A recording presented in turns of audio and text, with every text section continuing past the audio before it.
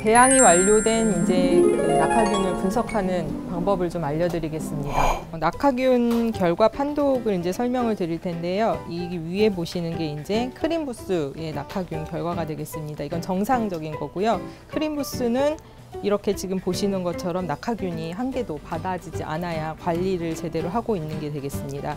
그래서 위에 보시는 배지가 이제 곰팡이를 키우는 PDA P배지고요. 아랫게 이제 세균을 키우는 M배지가 되겠습니다.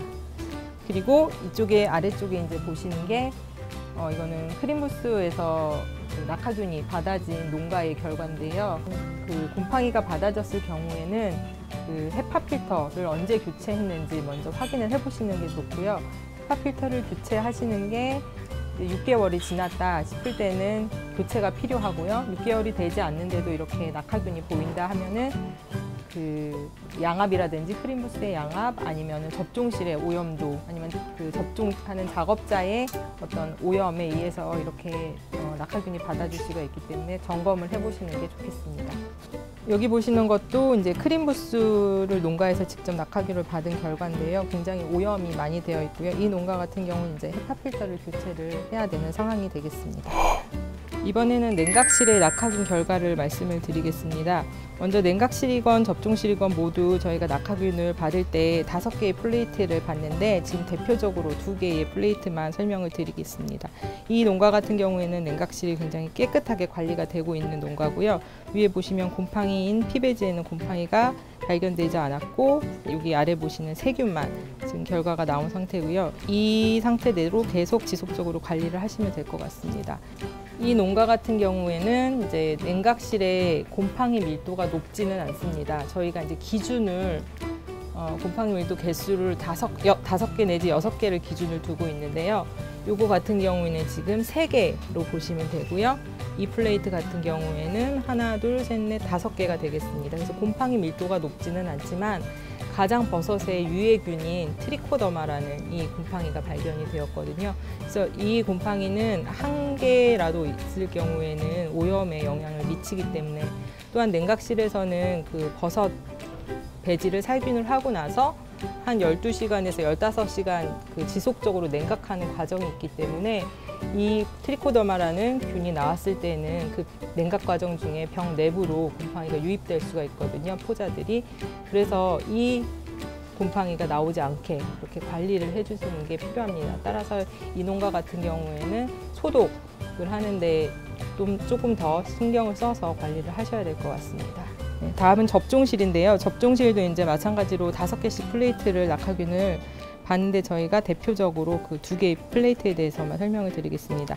이 농가 같은 경우에도 낙하균 밀도는 굉장히 낮고요. 접종실 자체에서 트리코더마라는 아까 앞에서 말씀드렸던 그 균이 나오지 않았기 때문에 이 상태대로 그냥 관리를 지속적으로 하시면 되겠습니다. 이번에는 배양실의 낙하균 결과를 조금 설명을 드리겠습니다. 먼저 위에 보시는 농가하고 그다음에 아래쪽에 보시는 농가하고 2개의 차이를 보시면 혹시 보시기에 위에 농가가 더 오염이 많이 됐다고 이렇게 판단을 하실 수가 있는데요. 사실은 실제로는 위에 농가보다는 아래 농가의 낙하균 결과가 훨씬 위험한 거거든요. 그 이유는 이제 위에는 낙하균 밀도 개수, 곰팡이의 개수는 굉장히 많지만 이 자체에서는 트리코더마라는 균, 아래에서 보시는 이 균이 되겠는데요. 이 균이 발견이 되지 않았어요. 그래서 이 농가 같은 경우는 오염률이 실제로는 크게 이 곰팡이에 의해서 영향을 미치지 않고요. 네, 이건 또 다른 농가의 배양실 낙하균 결과인데요. 지금 곰팡이의 밀도는 그렇게 높지 않고 그리고 트리코더마라는 그 가장 유해한 균도 발견되지가 않았는데 다른 농가들하고 차이점은 아래에서 보시면 세균용 배제 세균들이 굉장히 밀도가 높습니다.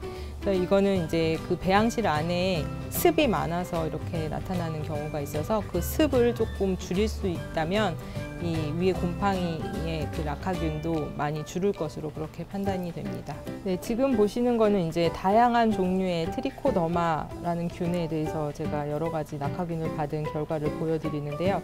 이렇게 이제 진하게 녹색으로 보이는 경우도 있고 또 이렇게 하얗게 자라다가 이게 색상이 이제 노란색으로 변하는 경우도 있습니다. 이게 다 지금 트리코더마거든요. 그래서 다양한 그 트리코더마를 보여드리고 있어서 농가에서 낙하균을 받으시고 나면 이런 균이 나왔을 땐 트리코더마구나라고 판단을 하시면 될 것 같고요.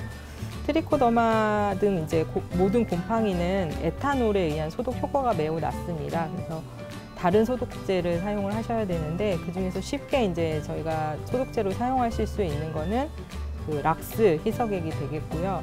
락스 희석액은 또 그 적정 농도로 희석을 해서 사용하셔야지 그 버섯균에도 영향을 미치지 않기 때문에 그 농도는 그 희석 농도가 정해져 있거든요. 그 농도를 지키셔서 청소하실 때 소독 관리에 사용하시면 되겠습니다. 배양실에서의 그 오염률이 한 20-30% 혹은 50% 이상 되었을 때는 응애를 조금 의심해 볼 수 있는데요.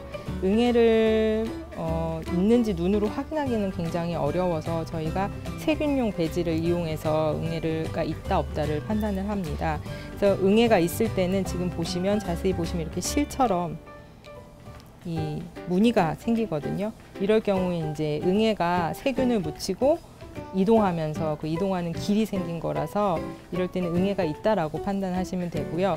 응애용으로 낙하 배지를 사용하실 때에는 30분이나 혹은 1시간 정도 오랜 시간 동안 의심되는 그 배양실이나 혹은 접종실 그 공간 자체에 깔아놓고선 시간을 오래 두고선 그 수거를 하면 되겠습니다. 그리고 이것도 배양하는 거는 앞서 말씀드린 배양 방법과 똑같고요. 이제 이렇게 실 모양이 나온 거를 가지고 실제로 현미경으로 보면 이 안에 응애가 있는 것을 관찰하실 수가 있습니다. 그래서 농가에서는 현미경이 없기 때문에 이 세균용 배지를 이용해서 응애가 있다 없다를 판단하시면 되겠습니다. 여름철에 오염이 많이 나거든요. 고온기. 그래서 그 이전에 이제 키트를 활용해서 오염을 잡을 수 있을 것 같아요. 경영비가 훨씬 덜 들고 안전 경영이 될 것 같아요.